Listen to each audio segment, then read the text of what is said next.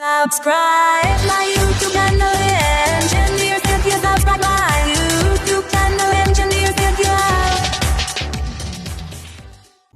जय हिंद दोस्तों, building material super 25 series का ये पार्ट नंबर 7 है।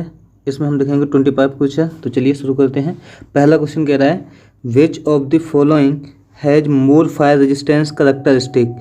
तो इसमें से हमको बताना है वो कौन सा रॉक है या कौन सा पत्थर है जो कि फायर रेजिस्टेंस के अकॉर्डिंग सबसे बेस्ट है, या जिसमें फायर रेजिस्टेंस है जो अच्छी होती है, ज़्यादा होती है। क्या वो मार्बल है? ऑप्शन ए दे रखा है मार्बल। क्या वो लाइम स्टोन है? ऑप्शन बी लाइम स्टोन है। ऑप्शन सी दे रखा है कॉम्पैक्टेड सैंड स्टोन या कॉम्पैक्ट सैंड स्टोन है। ऑप्शन डी दे रखा है ग्रेनाइट। तो इसका जो राइट आंसर हो जाएगा वो हो जाएगा option C compacted sandstone. जो हमारा कॉम्पैक्ट सैंड स्टोन होता है इसकी जो फायर रेजिस्टेंस है वो सबसे ज़्यादा होती है। अगला प्रश्न देख लेंगे। क्वेश्चन नंबर दूसरा कह रहा है the rock which are form due to cooling of magma at considerable depth from earth's surface are called.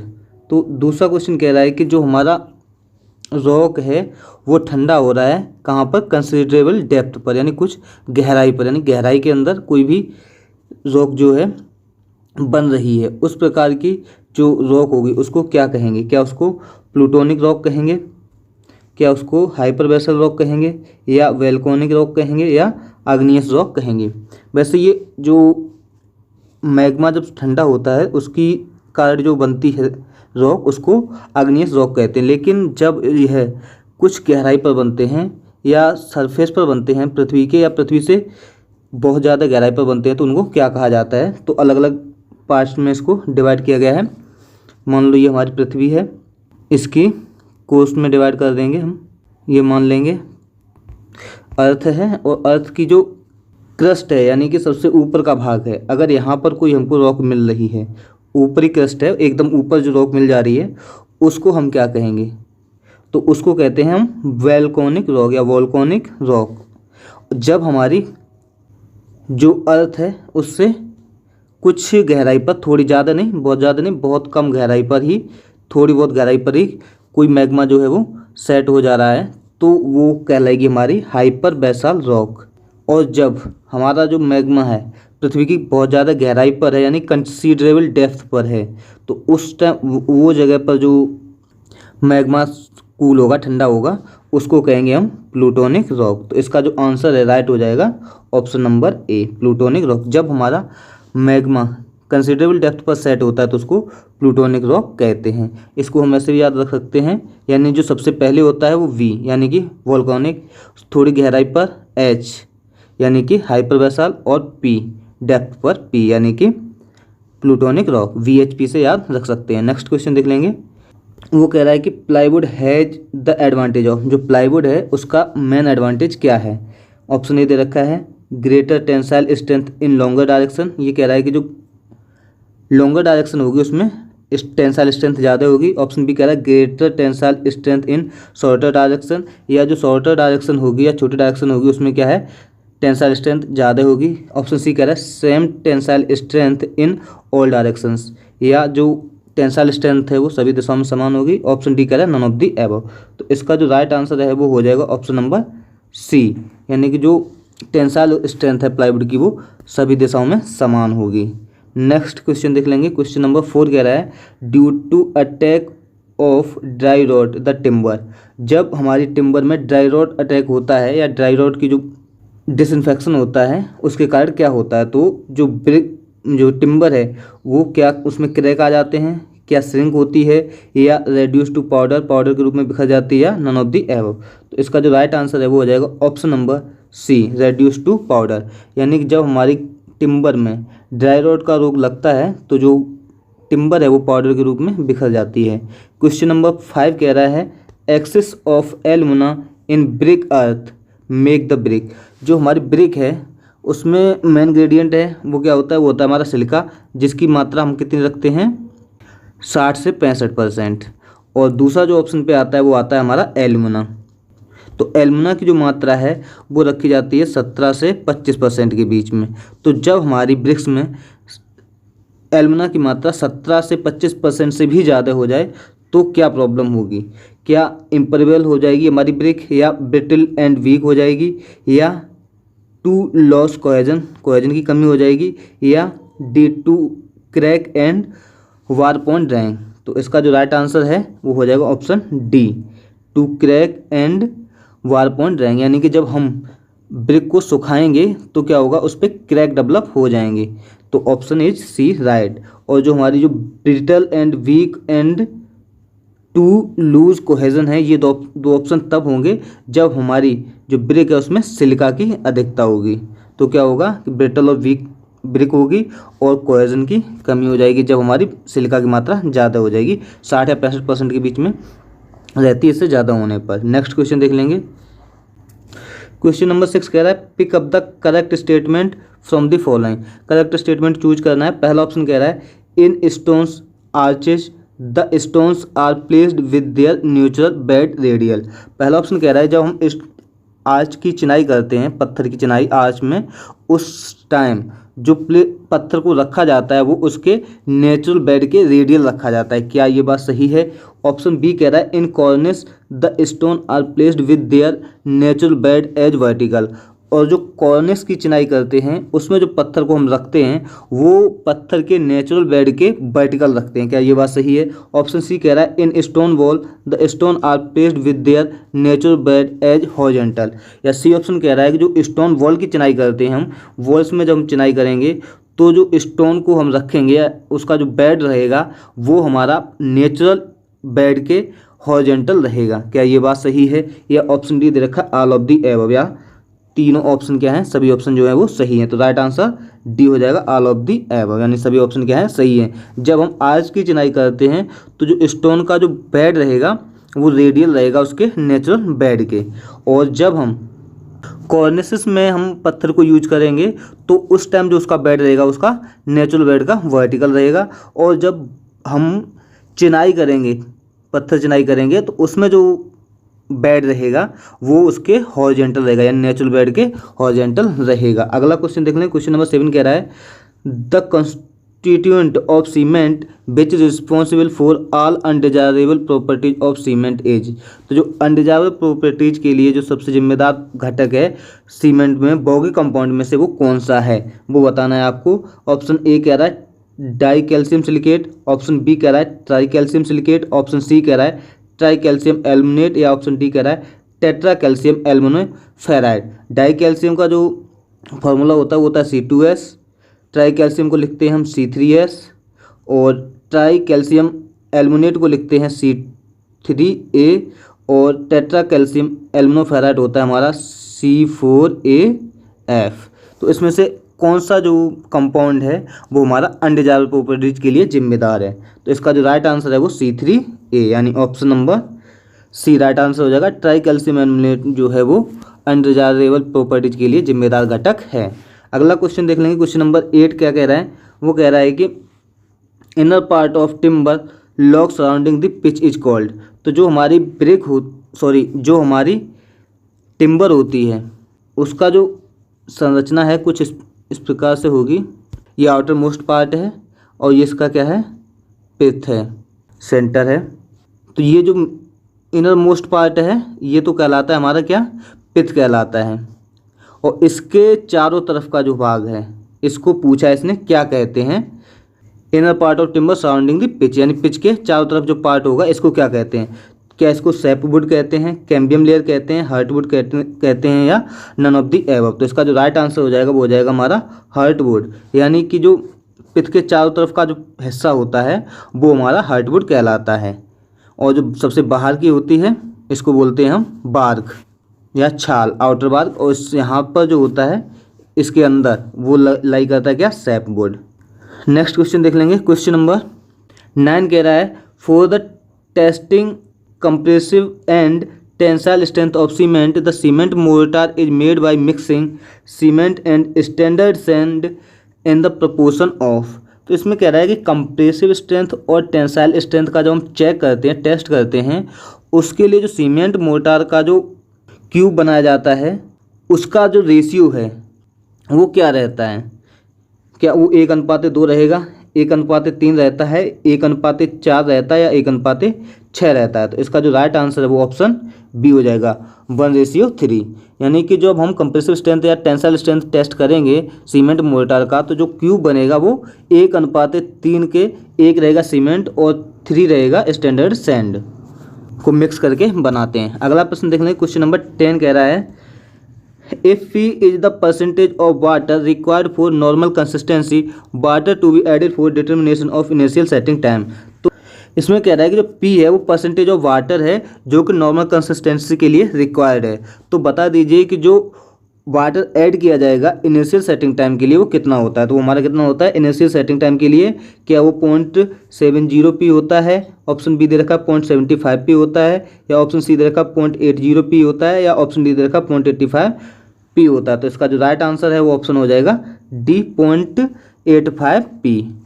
तो 0.85 P के बराबर होता है। जब हम इनिशियल सेटिंग टाइम करेंगे तो जो रिक्वायर्ड वाटर कंटेंट रहेगा वो 0.85 P के बराबर रहेगा। अगला क्वेश्चन देख लेंगे, क्वेश्चन नंबर 11 कह रहा है the basic purpose of retarder in concrete is. तो कंक्रीट में जब वो हम रिटार्डर का यूज करते हैं उनका जो मुख्य कार्य बेसिक कार्य है वो क्या रहता है। ऑप्शन ए दे रखा है, क्या हम उनको to increase the initial setting time of cement paste in concrete, क्या हम बेसिक जो रिटार्डर हैं उनका बेसिक उपयोग जो करते हैं वो इनिशियल सेटिंग जमाव काल को बढ़ाने के लिए करते हैं कंक्रीट पेस्ट में, या ऑप्शन बी कह रहा है to decrease the initial setting time of cement paste in concrete, या सीमेंट कंक्रीट के जो इनिशियल सेटिंग टाइम है उसको कम करने के लिए किया जाता है, इनिशियल सेटिंग टाइम को कम करता है, या फिर ऑप्शन सी कह रहा है to render the concrete more watertight, या फिर पानी की मात्रा जो है वो बढ़ाने के लिए, या ऑप्शन डी दे रखा है to improve the workability of concrete, या फिर जो कंक्रीट है उसकी वर्केबिलिटी को बढ़ाने के लिए। तो इसका जो राइट आंसर है वो हो जाएगा option number A, to increase the initial setting time of cement paste in concrete. यानी कि जो रिटार्डर यूज करते हैं हम उनका जो मुख्य कार्य होता है वो इनिशियल सेटिंग टाइम को बढ़ाना होता है। तो पहला ही ऑप्शन क्या होगा, राइट आंसर हो जाएगा। नेक्स्ट क्वेश्चन देख लेंगे, क्वेश्चन नंबर 12 कह रहा है clay and silt content in a good brick earth must be at least. तो क्ले और सिल्ट कंटेंट का जो मात्रा है गुड ब्रिक अर्थ के लिए वो कितनी होनी चाहिए। तो उसका जो परसेंटेज है क्या 50% होता है, 40% होता है, 30% होता है, या 25% होता है। तो इसका जो राइट आंसर है वो हो जाएगा ऑप्शन नंबर ए 50%, यानी कि 50% क्ले और सिल्ट का जो कंटेंट है गुड ब्रिक के लिए होना चाहिए। नेक्स्ट क्वेश्चन देख लेंगे, क्वेश्चन नंबर 13 कह रहा है which of the following is the purest form of iron. यानी कि जो आयरन है उसका प्यूरेस्ट फॉर्म क्या है, क्या ये कास्ट आयरन है, या रॉट आयरन है, क्या माइल्ड स्टील है, या फिर हाई कार्बन स्टील है।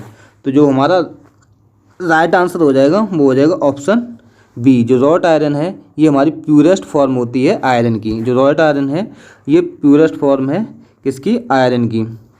नेक्स्ट क्वेश्चन देख लेंगे, वो कह रहा है if the iron ore content clay as an impurity the flux added during calculation is. तो इसमें कह रहा है कि जो हमारा आयरन ओर है उसमें क्या है, मेन इम्प्योरिटी क्या है, क्ले के रूप में है। तो जो फ्लक्स एडिड किया जाएगा कैलकुलेशन के दौरान वो क्या होगा, क्या वो क्ले होगी, लाइमस्टोन होगा, या आर्गिलिशियस आयरन ओर होगा, या ऑल ऑफ द एबव सभी होंगे। इसका राइट आंसर हो जाएगा ऑप्शन नंबर बी, लाइमस्टोन। तो लाइमस्टोन को जो है हम यूज करते हैं फ्लक्स के रूप में किसके, आयरन के कैलकुलेशन के लिए। नेक्स्ट क्वेश्चन देख लेते हैं, क्वेश्चन नंबर 15 कह रहा है the stretcher bond in brick masonry can be use only when the thickness of wall is. तो इसमें कह रहा है कि जो स्ट्रेचर बॉन्ड होता है ब्रिक मशीनरी में उसको हम कब यूज कर सकते हैं, जब वॉल की जो है थिकनेस कितनी होनी चाहिए। ऑप्शन ए दे रखा है 90 mm, ऑप्शन बी दे रखा है 180 mm, ऑप्शन सी दे रखा है 190 mm, या ऑप्शन डी दे रखा है 280 mm। तो इसका राइट आंसर हो जाएगा ऑप्शन ए 90 mm। यानी जब हमारी ब्रिक की जो थिकनेस है वो 90 mm होगी तो उसमें जो बॉन्ड यूज होगा वो स्ट्रेचर बॉन्ड यूज होगा। तो जो हमारी ब्रिक रहती है स्ट्रक्चर कुछ इस प्रकार से रहता है, ये मान लो ब्रिक है, तो इसका जो फेस है ये लंबा वाला जो हिस्सा है ये हमारा कहलाता है क्या, स्ट्रेचर। और इसकी जो लेंथ है वो कितनी रहती है, लगभग सेंटीमीटर और ये हिस्सा है जो ये कहलाता है कि हमारा हेडर, और इसकी जो चौड़ाई रहती है वो कितनी रहती है 9 सेंटीमीटर। तो हम देख सकते हैं जब हम स्ट्रेचर बॉन्ड प्राप्त करना होगा यानी कि ये प्राप्त करना होगा तो हमको 90 mm यानी कि 9 सेंटीमीटर चौड़ाई की क्या ब्रिक बनानी पड़ेगी। तो इसलिए जो राइट आंसर है वो ए राइट हो जाएगा 90 mm। नेक्स्ट क्वेश्चन देख लेंगे। क्वेश्चन नंबर 16 कह रहा है द प्लाईवुड के बारे में पूछ रहा है has good strength along the panel only. Option B कह रहा है can be split in the plane of the panel, यानी कि इसको अलग किया जा सकता है पैनल के अलोंग। या ऑप्शन सी दे रखा है has greater impact resistance to blow than ordinary wood. या सी कह रहा है कि जो इसकी जो इम्पैक्ट रेजिस्टेंस है वो ज़्यादा होगी ऑर्डिनरी वुड से। या ऑप्शन डी देखा है can not be bend more easily then ordinary would of same thickness, या इसको ईजिली हम क्या नहीं कर सकते हैं बेंड नहीं कर सकते हैं। इसका राइट आंसर है वो ऑप्शन हो जाएगा C has greater impact resistance to blow than ordinary wood. तो यानी कि जो प्लाईवुड होती है इसकी जो स्ट्रेंथ होती है इम्पैक्ट रेजिस्टेंस की वो ज़्यादा होती है एज पर ऑर्डिनरी वुड के। अगला क्वेश्चन कह रहा है pick up the correct statement from the following. Correct statement choose करना है। ए ऑप्शन दे रखा है the phenol is carbolic acid. जो ऑप्शन पहला कह रहा है कि फिनॉल क्या है कार्बोलिक एसिड है, क्या ये बात सही है। ऑप्शन बी कह रहा है the phenol is either extracted from coal tar or prepared from benzene. तो बी ऑप्शन कह रहा है कि जो फिनॉल है वो हम कोलताल से निकालते हैं या इसको बेंजीन के द्वारा तैयार किया जा सकता है। और सी ऑप्शन कह रहा है phenol react with formaldehyde to form phenol formaldehyde resin, यानी कि सी ऑप्शन कह रहा है जो फिनॉल है वो हमारी फॉर्मल्डिहाइड से रिएक्शन करके फिनॉल फॉर्मल्डिहाइड बनाती है।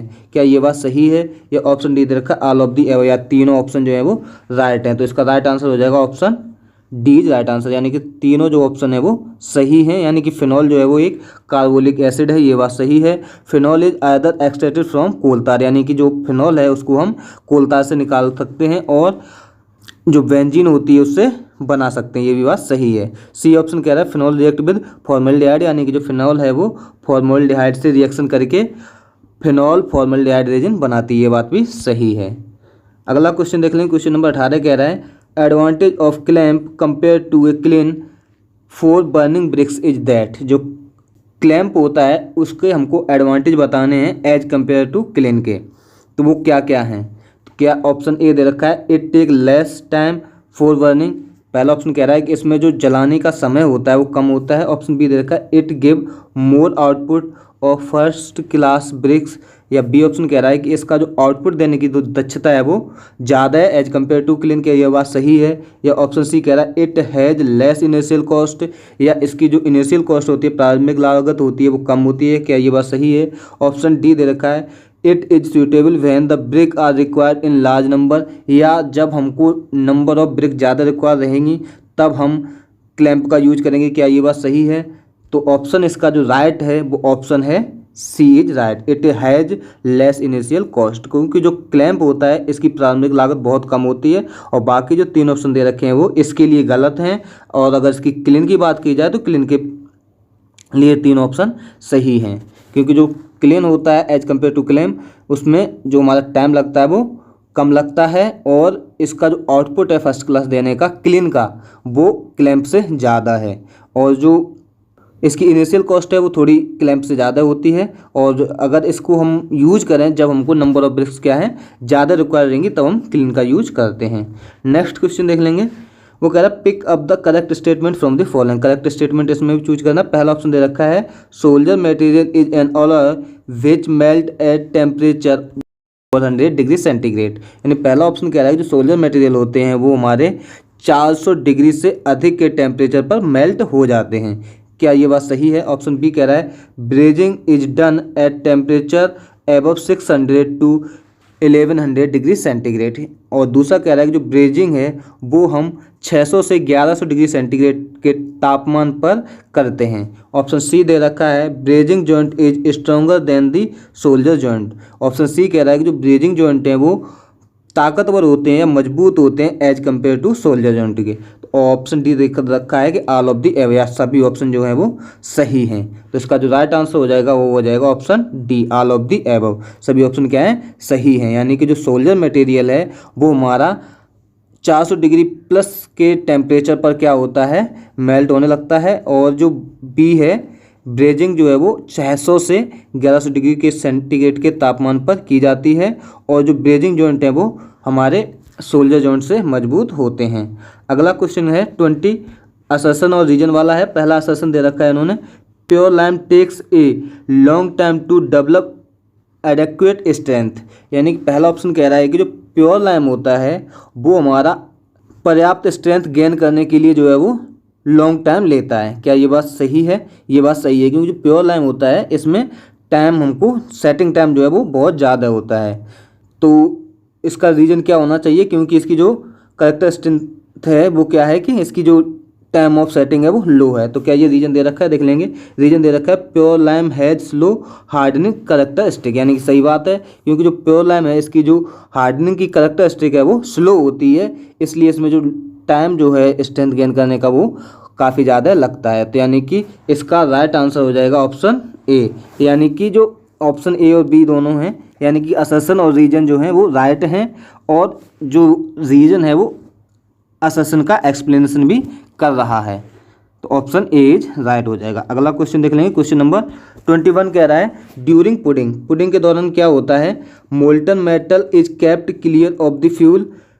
ऑप्शन बी कह रहा है carbon is converted into carbonic acid gas. यानी कि ऑप्शन बी कह रहा है कि जो कार्बन है वो हमारा कार्बोनिक एसिड गैस में कन्वर्ट हो जाता है। ऑप्शन सी कह रहा है सिलिकॉन फॉर्म स्लैग, और जो सिलिकॉन होता है वो स्लैग को फॉर्म करता है। ऑप्शन डी दे रखा है ऑल ऑफ द एबव। तो इसका जो राइट आंसर हो जाएगा वो हो जाएगा option D, all of the above.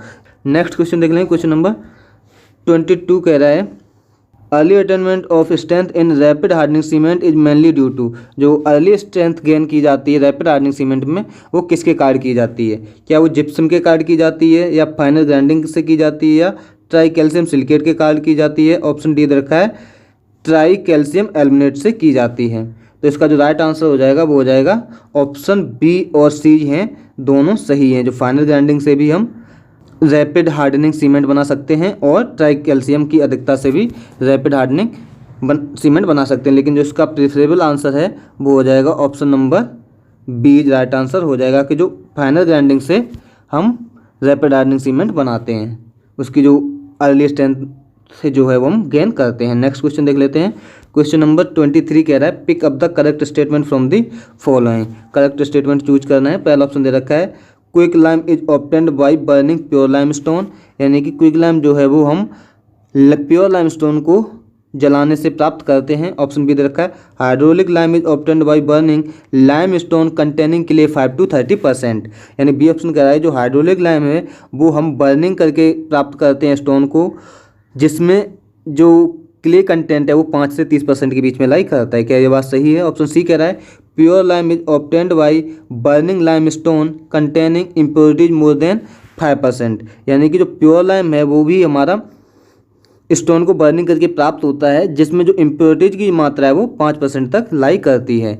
क्या ये बात सही है? ऑप्शन डी दे रखा है ऑल ऑफ दी एबव, या तीनों ऑप्शन जो हैं वो सही हैं। तो राइट आंसर हो जाएगा option D all of the above, यानी सभी ऑप्शन जो है वो सही हैं।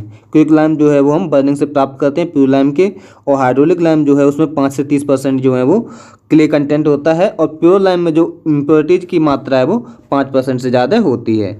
क्वेश्चन नंबर 24 देख लेंगे। वो कह रहा है which of the following cement contain maximum percentage of die calcium silicate. यानी कि C2S की मात्रा पूछ रहा है जिसमें अधिक होती है, उसको किस प्रकार का सीमेंट कहते हैं? क्या उसको ऑर्डिनरी पोर्टलैंड सीमेंट कहेंगे, या लो हीट सीमेंट कहेंगे, या रैपिड हार्डनिंग सीमेंट कहेंगे, या सल्फेट रेजिस्टिंग सीमेंट कहेंगे? तो इसका जो राइट आंसर है वो हो जाएगा option B low heat cement, क्योंकि जो C2S है ये हमारा हीट ऑफ हाइड्रेशन बहुत कम जनरेट करता है। इसमें हीट ऑफ हाइड्रेशन की जो दर है वो बहुत कम होती है और सबसे बाद में होती है, और इसकी जो स्ट्रेंथ गेन करता है ये सबसे बाद में करता है। तो इसका जो अल्टीमेट स्ट्रेंथ आती है सीमेंट में वो इसी के कारण आती है, C2S के कारण ही आती है। Question number 25 and last question of this video. Pick up the incorrect statement from the following. Incorrect statement choose करना है। पहला ऑप्शन कह रहा है hydraulic lime is generally obtained by burning kankar. पहला ऑप्शन कह रहा है कि जो हाइड्रोलिक लाइम है उसको हम जनरली कंकर को जलाकर प्राप्त कर सकते हैं। क्या ये बात सही है? ऑप्शन बी कह रहा है hydraulic lime set slowly as compare to fat lime, यानी कि जो हाइड्रोलिक लाइम है वो फैट लाइम के कंपेयर स्लोली सेट होता है। ऑप्शन सी कह रहा है hydraulic lime is generally use in lime mortar. तो जो हाइड्रोलिक लाइम है वो हम जनरली लाइम मोर्टार के रूप में यूज करते हैं। लाइम मोर्टार के रूप में हाइड्रोलिक लाइम का यूज किया जाता है। क्या ये बात भी सही है? ऑप्शन दे रखा है नन ऑफ दी है, या इसमें से कोई भी ऑप्शन जो है वो करेक्ट नहीं है। तो यानी कि जो ऑप्शन तीनों जो दे रखे हैं वो राइट हैं, तो इसलिए ऑप्शन इसका जो है डी राइट आंसर हो जाएगा, नन ऑफ दी अबव, क्योंकि इसमें कोई भी ऑप्शन जो है वो इनकरेक्ट नहीं है। हाइड्रोलिक लाइम है वो हमको कंकर को जलाने पर भी प्राप्त हो जाता है, और जो हाइड्रोलिक लाइम है इसकी जो सेटिंग की जो टाइम है वो कम होता है as compare to fat lime, और जो हाइड्रोलिक लाइम है उसका हम यूज लाइम मोर्टार के रूप में करते हैं। तो यानी तीनों ऑप्शंस क्या हैं? सही हैं, इनकरेक्ट कोई है नहीं, तो आंसर हो जाएगा नन ऑफ द एबव। इसी के साथ आज का वीडियो हमारा यहाँ पर समाप्त होता है, और आपको हम दे रहे हैं 2 क्वेश्चन जिसका आंसर आपको कमेंट बॉक्स में कमेंट करना है, और इनका आंसर देंगे हम अगले वीडियो में।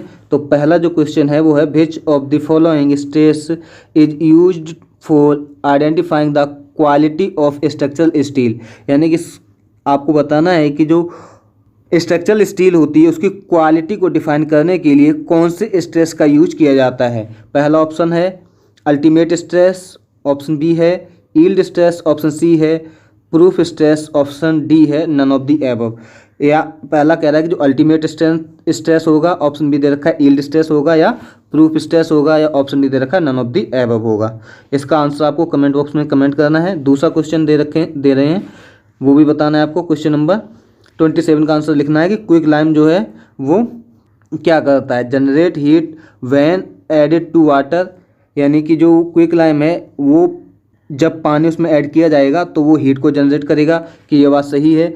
ऑप्शन बी दे रखा है रिएक्ट विद कार्बन डाइऑक्साइड, यानी कि जो क्विक लाइम है वो कार्बन डाइऑक्साइड से रिएक्शन कर लेता है। ऑप्शन सी दे रखा है may be use for white washing, यानी क्विक लाइम को हम वाइट वॉशिंग के लिए यूज कर सकते हैं, या वाइट वॉशिंग के तौर पर यूज कर सकते हैं। या ऑप्शन डी है ऑल ऑफ दी है, सभी ऑप्शन राइट हैं। तो दोनों का आंसर आपको कमेंट बॉक्स में कमेंट कर देना है। इसी के साथ आज का वीडियो हमारा यहीं पर समाप्त होता है। Thanks for continuously watching this lecture. Please like and share maximum. जय हिंद।